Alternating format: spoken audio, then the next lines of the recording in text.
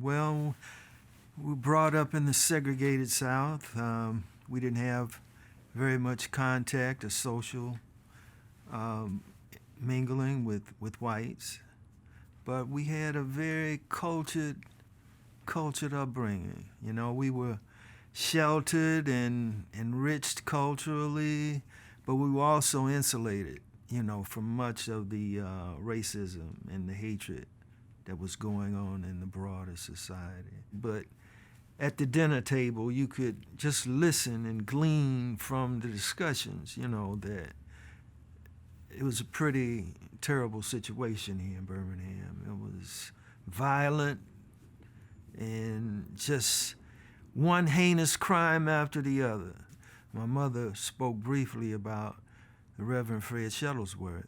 I don't know why he chose me to talk to when he would come to my mother's classes at the Booker T. Washington Business College. And he'd sit down and he would talk to me about all of the oppressive things that were being done to black people, you know, and all of the injustice, and how you should really be dedicating and devoting your life, you know, to help the situation and to help free your people, you know, from social and political oppression. Everybody admired how much courage Reverend Shuttlesworth had in the face of oppression. He wasn't scared of anything. You know, they beat him down at the school when he took his children to register at a white school. I think it was Phillips. And someone, you know, after they beat him down, someone stabbed his wife in the leg. But we remembered his courage after they bombed his house. You know, young police officer approached him and he told him, he said, "Mr. Shuttlesworth, if I were you, I would leave Birmingham." You know, he said, "I wouldn't stay around here." He said, "Because I think they're going to kill you." And he said, I never will forget. He said, "Well, you're not me." He said, "And I'm not going anywhere." He said, "When you're not afraid to die, you can do or say whatever you want to say, and we'll be here."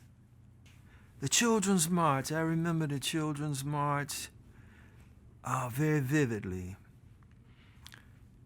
Most of the children who participated in the Children's March, I'm not going to say most, a great deal, had to sneak off and go to the march because their parents really didn't want, it was too dangerous, they thought.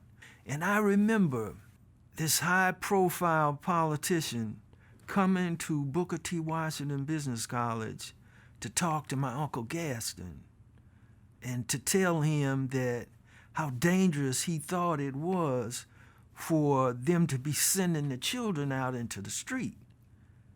And he wanted him to talk it down if he could. And he asked him, I remember, he asked him if he thought it was a good idea.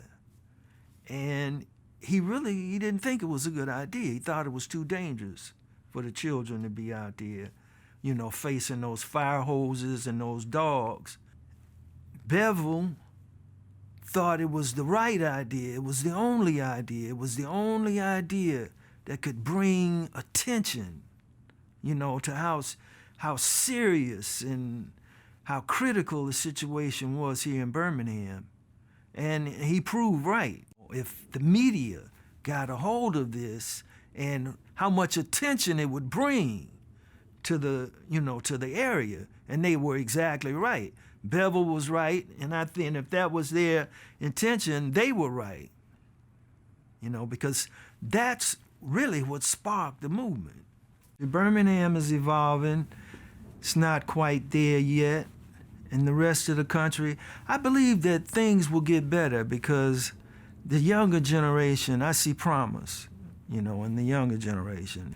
I believe, like Dr. King, you know, he said, "I would like to believe that the Birmingham's terrible past will be resolved into a bright future, that the sins of a dark yesterday will be burgeoning into the